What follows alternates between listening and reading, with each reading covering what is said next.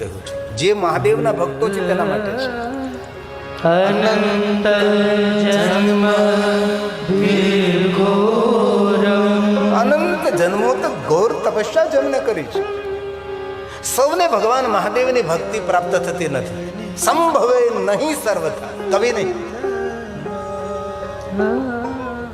અમારા કોઈ વિદ્વાન આચાર્ય જ્યારે ભગવાનની મહાદેવની પૂજા કરાવે છે ત્યારે પહેલા એ જન્મોના પુણ્યની ગણતરી કરાવે છે.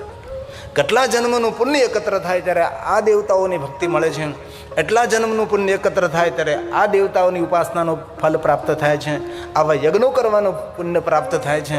પણ અંતે એમ કહે કે આસમાનમાં જેટલા તારાઓ છે, આકાશની અંદર એટલા તારાઓ છે, એટલા જન્મોનું જ્યારે પુણ્ય એકત્ર થાય છે ત્યારે ભગવાન મહાદેવની પૂજા કરવાનો, ભગવાન શિવની ભક્તિ કરવાનો અવસર પ્રાપ્ત થાય છે. તેથી મહાદેવના ભક્તોને સામાન્ય ન સમજાય. મહાદેવના ભક્તો દર્શનીય છે, એ પ્રણમ્ય છે. જો એક વાત યાદ રાખવી, શિવજીના દરબારમાં કોઈ ભેદ નથી ભાઈ. શિવજી દરેકનો સ્વીકાર કર્યો છે. ભગવાન શિવ પાસે સોના, ચાંદી, હીરા, મોતી, શ્વેતાંબર, પિતાંબર, લીલાંબર કાંઈ પણ નથી. તો પણ શિવ મહાન કેમ છે? શિવ એટલે શ્રેષ્ઠ કેમ છે? ભગવાન મહાદેવજીએ સૌનો સ્વીકાર કર્યો છે, સૌને સન્માનિત કર્યા છે. જેના પરિવારની અંદર જન્મજાત વેરવૃત્તિવાળા સાથે રહે છે, જેના દરબારની અંદર, જેના પરિવારની અંદર દેવતાઓ છે, દેવદૂતો છે, દેવગણો છે, ભૂત પ્રેતો છે. આપણું એક જ્યોતિર્લિંગ છે ભીમાશંકર, તેની ઉપાસના કોણ કરે? ભૂતોની દેવી ડાકીની. આજે પણ એ વિસ્તારને એવી માન્યતા છે કે ભીમાશંકરની ઉપાસના કરનારી ભૂતોની દેવી ડાકીની છે. તેથી આપણે બોલીએ ડાકીના ભીમાશંકર. જે સહ્યાદ્રી પર્વતમાલા છે એ ડાકીની વન છે. એ વનની રક્ષક પણ ડાકીની છે. તેથી વન સુરક્ષિત વન છે. તેથી ભગવાન મહાદેવ એમ કહે છે કે શ્રેષ્ઠ બનવું હોય તો દરેકનો સ્વીકાર કરો, દરેકને સન્માનિત કરો. અને સ્વીકાર કેવી રીતે કરવો? જેવો છે તેવા રૂપમાં સ્વીકાર કરો. ભગવાન શંકરે કોઈ ભૂતડાઓને એમ ન કહ્યું તમે આમ કરો, તમે આમ કરો. ભૂતના જે છે તે એ રીતે ભગવાન શંકરજી ભૂતોનો સ્વીકાર કર્યો છે અને સૌને સન્માનિત કર્યા છે. જન્મજાત વેરવૃત્તિ લેનારા બધા શિવજીએ સાથે રાખ્યા છે. ને એ વાતથી આપણે સૌ પરિચિત છે. ભગવાન શિવની સાથે નંદી મહારાજ છે, સાંબા, અંબાની સાથે સિંહ છે, શિવજી ગળામાં સર્પને ધારણ કરે છે, ગણેશજી મૂષક રાખે છે, ભગવાન કાર્તિકેય મયુર રાખે છે. આ બધાની જીવન શૈલીનું દર્શન કરીએ તો બધા જન્મજાત વેરવૃત્તિ વાળા છે. ભગવાન શિવજીની શ્રેષ્ઠતા, ભગવાન શિવજીમાં શ્રેષ્ઠ કોઈ હોય તો ઉદારતા છે. એક પણ કથા આવી આપ શોધી ન શકો કે ભગવાન શંકરજી કોઈને આગળ માગવા ગયા. વિશ્વના દરેક દેવતાઓ ભગવાન મહાદેવની પાસે વરદાન માગવા ગયા છે. તેથી મહાદેવનું નામ વરદ છે. વરદ શા માટે ભાઈ? દરેક વરદાનો આપવામાં જે સામર્થ્ય ધરાવે છે એ શિવ છે. એક પણ કથાની શોધ કરો તમે કે મહાદેવ કોઈની પાસે વરદાન માગવા માટે ગયા, નહીં, કભી નહીં. જેનું જીવન ચરિત્ર દરેકને આપવાનું છે, હંમેશા આપતો જ રહ્યો. પછી યોગ્ય હોય, અયોગ્ય હોય. ભગવાન શંકરજી કોઈ દી વિચાર નથી કર્યો. બસ મારા દવારે આવ્યો છે, મારી પાસે માગી રહ્યો છે, જે માગી રહ્યો છે મારે તેને આપવું જોઈએ. એ શિવ છે, એ મહાદેવ છે. જેમની સરળતા છે, જેમની શ્રેષ્ઠતા છે. એ તો લોકોએ મહાદેવ માટે પ્રવચનો કર્યા. ભગવાન શિવજી ક્રોધ કરે, ભગવાન શિવજી ગાંજા ધતુરા પીવે. એ તો સાધુ સંતો માટે, સંન્યાસીઓ માટે, વૈરાગીઓ માટે, ત્યાગીઓ માટે ઠીક છે. બાકી સ્વયં ભગવાન શંકરજી કહ્યું છે કે મારા ભક્તોએ માદક દ્રવ્યોનું સેવન ન કરવું. એ શિવની શ્રેષ્ઠતા છે. શિવજી ક્રોધા અવતાર નથી, શંકરજી કરુણા અવતાર છે. આ કારણ કરુણા કરનારો ભગવાન મહાદેવ છે. અને બહુ હૃદયથી, બહુ આદર સાથે તમને કહું છું, કોઈ પણ શાસ્ત્રનું તમે અધ્યયન કરો, કોઈ પણ શાસ્ત્રનું તમે વાંચન કરો, એક પણ પુરાણ, એક પણ ધર્મશાસ્ત્ર એવું નથી કે જેની અંદર ભગવાન શંકરજીની મહાનતા નથી.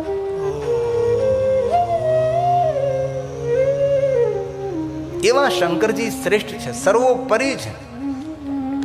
જગતના રચયિતા ભગવાન શિવ છે. દરેક સંપ્રદાયો શ્રેષ્ઠ છે, દરેક સંપ્રદાયોની વિચારધારા શ્રેષ્ઠ છે, દરેક સંપ્રદાયનો આચાર્યો શ્રેષ્ઠ છે. પણ પણ જગત રચયિતા તો ભગવાન શિવ છે. શિવ વગર કોણ જગતની રચના કરી શકે છે? જગતનું સર્જન એ જ કરી શકે છે જેનું કોઈ સર્જન નથી કર્યું. એવા ભગવાન શિવ છે. જેનો જન્મ થયો, જેનું સદામ ગમન થયું, એ જગત રચયિતા નથી.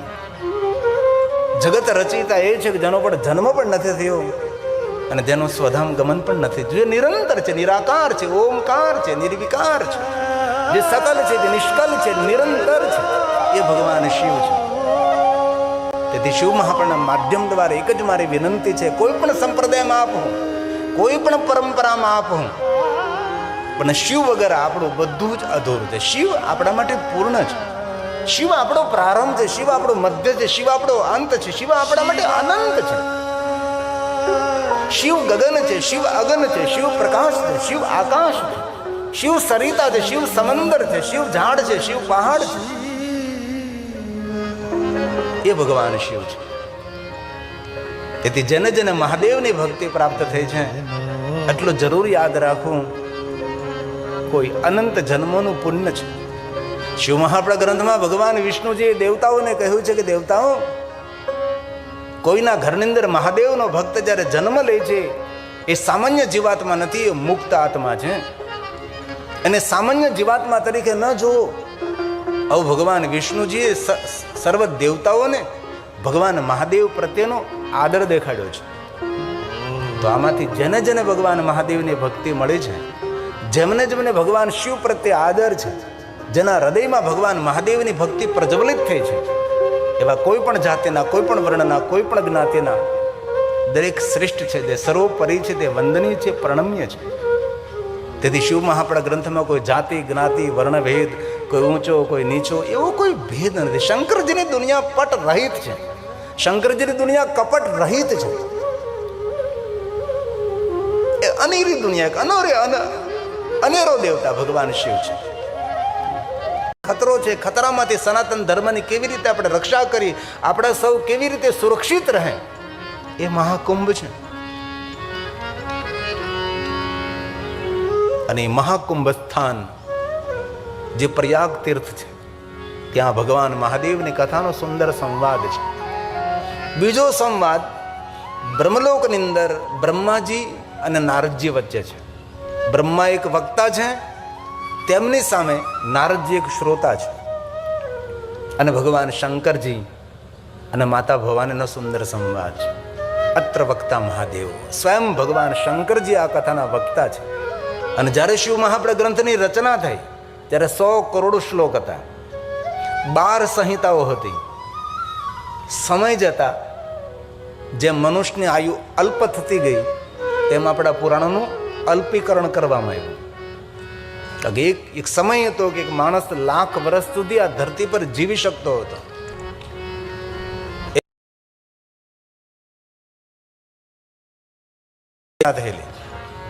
એમ કરતા કરતા આયુ ઓછી થઈ. 1 લાખની આયુમાંથી 10,000ની આયુ થઈ, 10,000ની આયુમાંથી 1000 વર્ષની આયુ થઈ. ધીમે ધીમે આયુ ઓછી થતી ગઈ, 100 વર્ષની આયુ થઈ.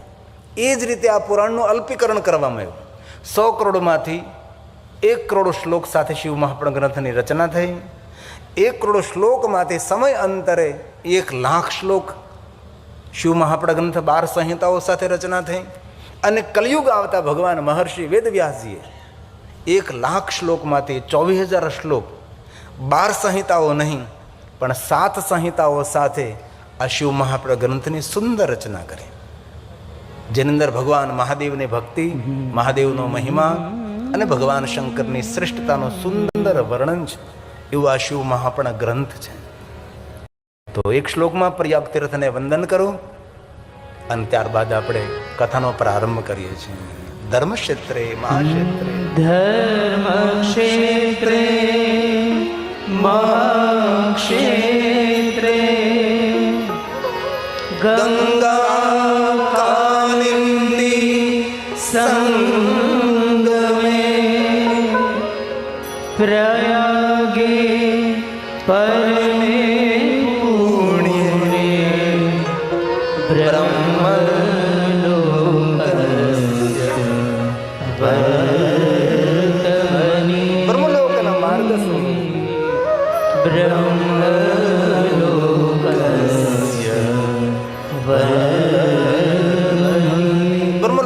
માર્ગ સ્વરૂપ પ્રયાગ તીર્થમાં સૂત પુરાણજી ભગવાન મહાદેવની કથાનો પ્રારંભ કરે છે. અને શિવ મહાપણ ગ્રંથના પ્રારંભમાં આ ગ્રંથની વંદના છે. ખાસ કરી પણ એક શ્લોક જે શિવ મહાપણ ગ્રંથની વંદના છે. વંદે શિવ પુરાણમ. ભગવાન વ્યાસે કહ્યું હું એકલો પ્રણામ નથી કરતો. આપણે સૌ શિવ મહાપણ ગ્રંથની વંદના કરીએ. ધન્ય શિવ મહાપણ સે કથા પરમ પાવની યસ્ય શ્રવણ માત્ર ન પાપયા ન પઈ. એવું નથી કહ્યું કે પાપી માણસો જ કથા સાંભળે.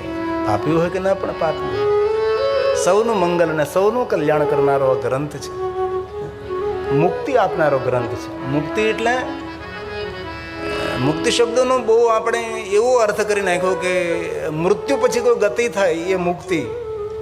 પણ શિવ મહાપણ ગ્રંથમાં ભગવાન વિષ્ણુજીએ મુક્તિનું વિસ્તૃત વર્ણન કર્યું. મુક્તિ એટલે સ્વતંત્ર આત્મા, પરાધીનતા નહીં, પરતંત્રતા નહીં. એ જન્મ પણ લઈ શકે છે અને અજન્મ પણ રહી શકે છે. દેવલોકમાં, દેવી લોકમાં, સુરલોકમાં, વૈકુંઠ લોકમાં, ઇન્દ્રલોકમાં, શિવલોકમાં, દરેક લોકમાં વિચરણ કરનારો આત્મા તેને મુક્ત આત્મા કહ્યો છે. ભગવાન વિષ્ણુએ એ પણ કહ્યું છે કે એ મુક્ત આત્મા જો ધારે તો જન્મ પણ લઈ શકે છે, અજન્મ પણ રહી શકે છે અને મુક્તિ ભગવાન મહાદેવ આપી શકે છે. વિશ્વના કોઈ પણ દેવી દેવતાઓની ઉપાસના કરો પણ મુક્તિનો કોઈ દેવ હોય તો ભગવાન મહાદેવ છે. તેથી શંકર ભગવાનનું નામ પણ છે મુક્તેશ્વર મહાદેવ. તેથી કહ્યું પાપી અનપી. કોઈ પણ મનુષ્ય કથાનું શ્રવણ કરે છે એ મુક્તિનો અધિકારી છે. અને જ્યાં ભગવાનની કથા થતી હોય સદાશિવ મહાસ્થાનમ પરમ ધામ પરમ પદમ. આ પરમ ધામ છે. અમરધામમાં તો કથા કહેવાય છે પણ પરમ ધામ છે જ્યાં ભગવાન મહાદેવની કથાનું ગાયન થાય છે. પરમ ધામ પરમ પદમ, પરમ પદને આપનારું છે. શિવ મહાપણ કથા કોઈ સામાન્ય કથા નથી. ધન્ય ધન્ય કથા શંભો, ધન્ય સ્તવન ધન્ય. કથા ધન્ય છે. કથા કહેનારો, સાંભળનારો, જે કોઈ કથાનું શ્રવણ કરે છે યદા કર્ણેન માત્ર શિવલોકમ વ્રજેન્નર. જે મનુષ્ય ભગવાન મહાદેવની કથાનું શ્રવણ કરે છે મનુષ્ય ભગવાન મહાદેવના લોકનો અધિકારી છે. એ ભગવાન મહાદેવની કથા છે. તો આજે વધારે નહીં પણ શિવ મહાપણ ગ્રંથને આપણે પ્રણામ કરીએ છીએ. વંદે શિવ પુરાણમ. શિવ મહાપણ ગ્રંથમાં કહ્યું છે જે કોઈ મનુષ્ય આદરથી, ભક્તિથી, ભાવથી શિવ મહાપણ ગ્રંથને પ્રણામ કરે છે નમસ્કુર્યા દૂરતઃ સર્વદેવાર્ચનમ ફલમ છે. જ્યાં બેઠા, જ્યાં ઊભા, જ્યાં આપણું અસ્તિત્વ છે ત્યાંથી શિવ મહાપણ ગ્રંથને પ્રણામ કરે છે મનુષ્યને વિશ્વના દરેક દેવી દેવતાઓની પૂજા અર્ચન કરવાનું ફલ પ્રાપ્ત થાય છે. તેથી આ ગ્રંથની વંદનાનો મહિમા છે. નમસ્કુર્યા દૂરતા. નજદીક આવવાની જરૂર નથી, સ્પર્શ કરવાની કોઈ જરૂર નથી. એક વાત વચ્ચે કહી દઉં કે કોઈ પણ દેવી દેવતાઓના સ્થાને જાઓ મૂર્તિના સ્પર્શ કરીને પ્રણામ ન કરો. આપણી પરંપરા છે નમસ્કુર્યા દૂરતા. કોઈ પણ સાધુ, સંત, મહાપુરુષ, કોઈ તપસ્વી પુરુષ હોય, કોઈ વિદ્વાન પુરુષ હોય, કોઈ બહુ દાનવીર મહાપુરુષ હોય તેને સ્પર્શ ન કરો. આપણા પુરાણની અંદર સ્પર્શની ના કહી છે. આપણી પરંપરા જરૂર આપણે શરૂ કર્યું ખબર નથી. હાથ મિલાવવાની પરંપરા નથી. ભારત દેશની અંદર હાથ મિલાવવાની પરંપરા નથી. આપણા ભારત દેશની પરંપરા છે હાથ જોડવાની પરંપરા છે. તમને તમારે મળવાનું છે. ભલે હાથ મિલાવવાની પરંપરા એવું ના નથી કહેતો પણ તમને ખાલી સ્પષ્ટતા કરું છું કે શિવ મહાપણ ગ્રંથમાં કહ્યું છે કોઈ પણ દેવી દેવતાઓની પ્રતિમા હોય એને દૂરથી પ્રણામ કરવા. સ્પર્શ કરવાનો કોને અધિકાર છે? જેને પવિત્રતા કરી હોય છે. તેથી આપણા આચાર્યો જ્યારે આપણે પૂજા કરાવે ત્યારે પહેલા પવિત્રાકરણ કરાવે, અપવિત્ર પવિત્ર, અને પવિત્રાકરણ કરાવ્યા બાદ આપણને ભગવાનની મૂર્તિને સ્પર્શ કરવાનો અધિકાર આપે છે. તેથી ભગવાને એમ ન કહ્યું કે ભાઈ સ્પર્શ કરીને શિવ મહાપણ ગ્રંથને પ્રણામ કરો. નમસ્કુર્યા દૂરતઃ. દૂરથી આ ગ્રંથને પ્રણામ કરો, આવો મહિમા છે. તેથી જે કોઈ મનુષ્ય આદરથી, ભક્તિથી શિવ મહાપણ ગ્રંથને પ્રણામ કરે છે સર્વદેવા અર્ચનમ ફલમ છે. વિશ્વના દરેક દેવી દેવતાઓની પૂજા અર્ચન કરવાનું ફલ પ્રાપ્ત થશે. આવો મહિમા શિવ મહાપણ ગ્રંથનો છે. તો આવો શિવ મહાપણ ગ્રંથને પ્રણામ કરી અને ત્યારબાદ કથાને વિરામ તરફ લઈ જઈએ આપણે.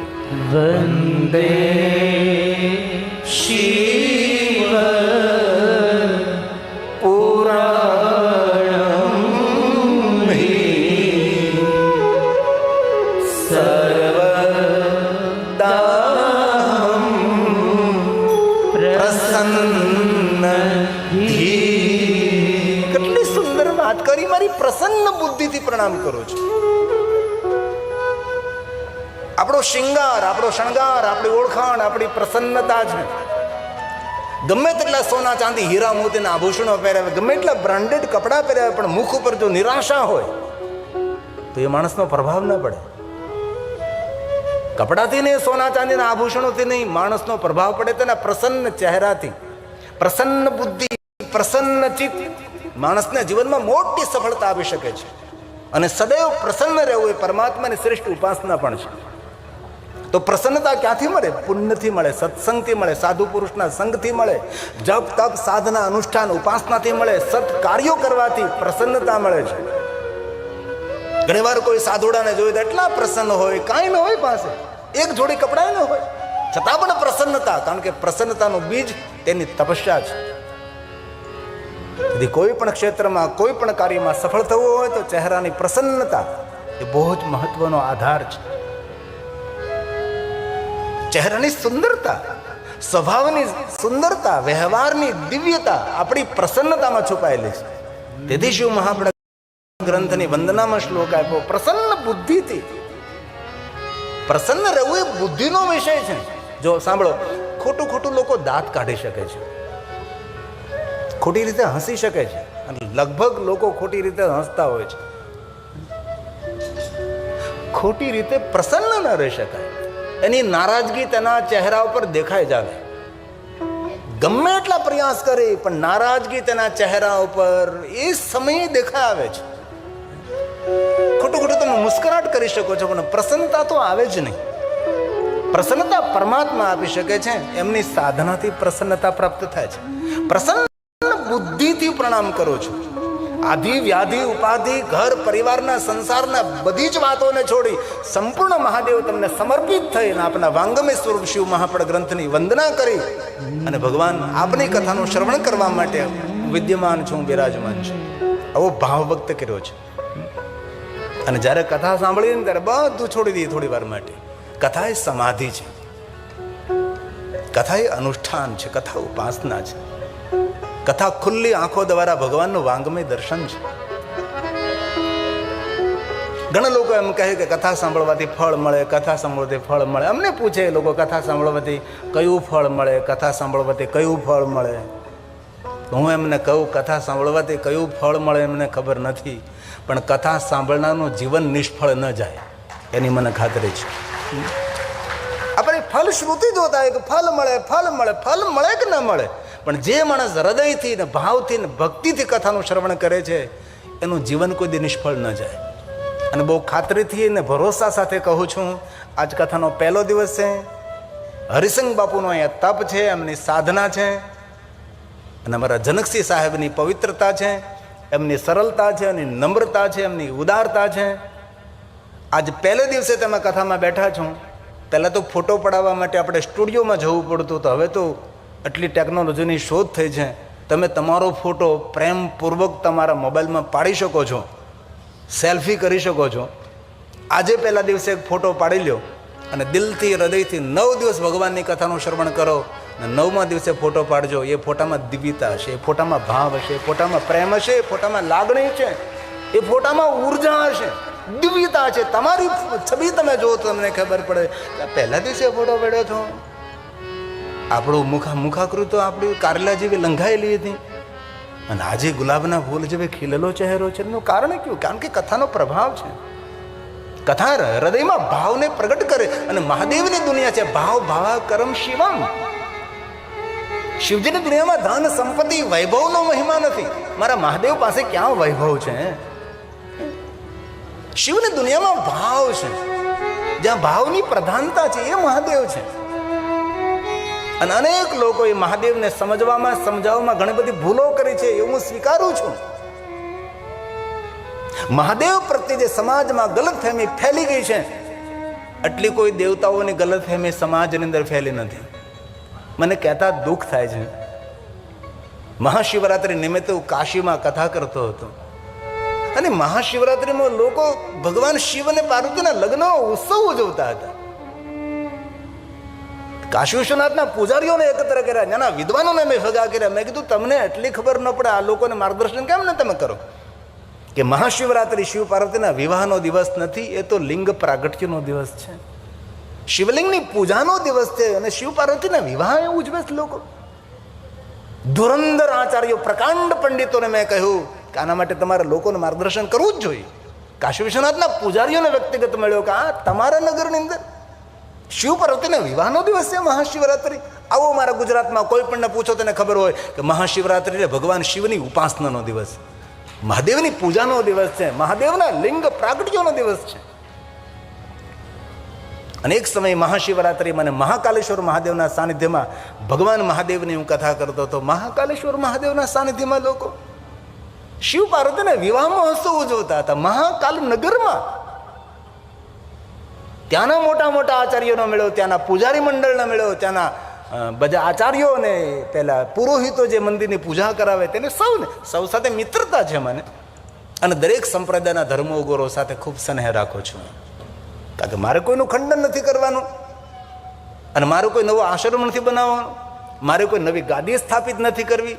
મારું તો શિવ મહાપ્રાણ ગ્રંથમાં એક જ કામ છે કે હર વ્યક્તિને એના ઘરથી શિવાલય સુધી પહોંચાડવો, બીજું મારું કોઈ કામ નથી. ઓલરેડી ગામડે ગામડે શિવાલયો તૈયાર છે. એક પણ ગામ એવું, એક શહેર એવું નથી, એક નગર એવું નથી કે જ્યાં ભગવાન મહાદેવનું શિવાલય નથી. અને શિવાલય 24 કલાક ખુલ્લું રહે છે. કોઈ પણ માણસ કોઈ પણ સમયે ભગવાન શિવની પાસે જઈ શકે છે. શિવના દરવાજા હંમેશા ખુલ્લા હોય છે. અને બહુ હૃદયથી એક દિલની વાત કરું છું, ક્યારેય પણ તમને કોઈ જગ્યાએ બેચેની, કોઈ રસ્તા ન મળતા હોય, અંદરથી ઉદ્વેગ હોય, સંતાપ હોય, તણાવગ્રસ્ત હોય, ડિપ્રેશનગ્રસ્ત આપ હો, શિવાલય જઈને તમે કાંઈ ન કરો કરે, શિવાલય જઈને ખાલી મૌનથી બેસી જાઓ, મારો મહાદેવ તમને થનગનતા કરી દે.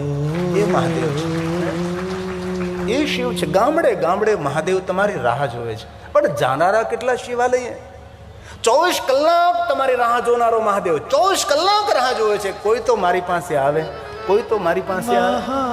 જેના ભાગમાં એક પણ સુખની રેખા લખી ન હોય, હું ખાતરી સાથે કહું છું કે મહાદેવના શિવાલય પહોંચી જાય, તેના ભાગમાં મહાદેવ સ્વર્ગના સુખ લખી શકે છે. એ મહાદેવ છે. ક્યારેય વિચાર કર્યો આપણે કે આપણે સૌના લેખ વિધાતાએ લેખા છે, કે વિધાતાના લેખમાં મેઘ કોઈ મારી ન શકે અને વિધાતાના લેખ કોઈ બદલી ન શકે. ભલે આપણે સૌના લેખ વિધાતાએ લેખા છે, પણ એટલું તો વિચારો કે વિધાતાના લેખ લખનાર કોણ? એ મારો મહાદેવ છે, એ શંકર ભગવાન છે. વિધાતા આપણા સૌના લેખ લખે છે, વિધાતાના લેખ લખનાર તો કોઈ હોય કે નહીં? એ મહાદેવ છે. આપણે ઘણીવાર બોલતા હોય કાર્યક્રમનો અંદર, સાંજે ભજનનો કાર્યક્રમ હોય ત્યારે મંચ સંચાલકો બોલતા હોય છે, કોઈ સુંદર ગાયક હોય તો બોલે કે એના કંઠમાં કોયલે માળો બાંધ્યો છે. આવું શા માટે બોલવું જોઈએ? તેના કંઠમાં માં સરસ્વતી બેઠા એમ બોલો ને ભાઈ. કોયલે માળા બાંધે એવું બોલવાની જરૂર છે? તો કોઈ સુંદર મજાનો ગાયક હોય તો તેના માટે બોલીએ કે માં સરસ્વતી તેના કંઠમાં છે. સુંદર કોઈ વક્તૃત્વ કરતો હોય, સુંદર કોઈ વક્તા હોય તો આપણે બોલીએ કે એને જીવા પર માં સરસ્વતી છે. કોઈ સુંદર પ્રવચન કરે તો આપણે બોલીએ કે તેને જીવા પર માં સરસ્વતી બેઠા છે. સુંદર કોઈ ગાયન કરે તો બોલીએ કે એના કંઠમાં માતા સરસ્વતી છે. તો કોઈના કોઈ સુંદર ગાય તો એના કંઠમાં સરસ્વતી, કોઈ સુંદર પ્રવચન કરે એને જીવા પર સરસ્વતી છે. તો સરસ્વતીના કંઠમાં કોણ? માતા સરસ્વતી જીવા પર કોણ? એ મારો મહાદેવ, એ ભગવાન શંકર છે, જે માતા સરસ્વતીના કંઠમાં નિવાસ કરે છે, જે માતા સરસ્વતીની જીવા પર નિવાસ કરે છે. અને મહર્ષિ ભગવાન વેદવ્યાસને પણ ભગવાન શંકરજીએ વચન આપ્યું હતું, હું તમારી જીવા પર, તમારા કંઠમાં નિરંતર નિવાસ કરીશ. તમે શિવ મહાપડ ગ્રંથનો વિસ્તાર કરો. અને એ શિવ મહાપડ ગ્રંથ છે. એટલે આપ સૌના ભાગ્યની, આપ સૌના પુણ્યની હું સરાહના કરું છું કે આપ આદરથી ભગવાન મહાદેવની કથાનું શ્રવણ કરી રહ્યા છો.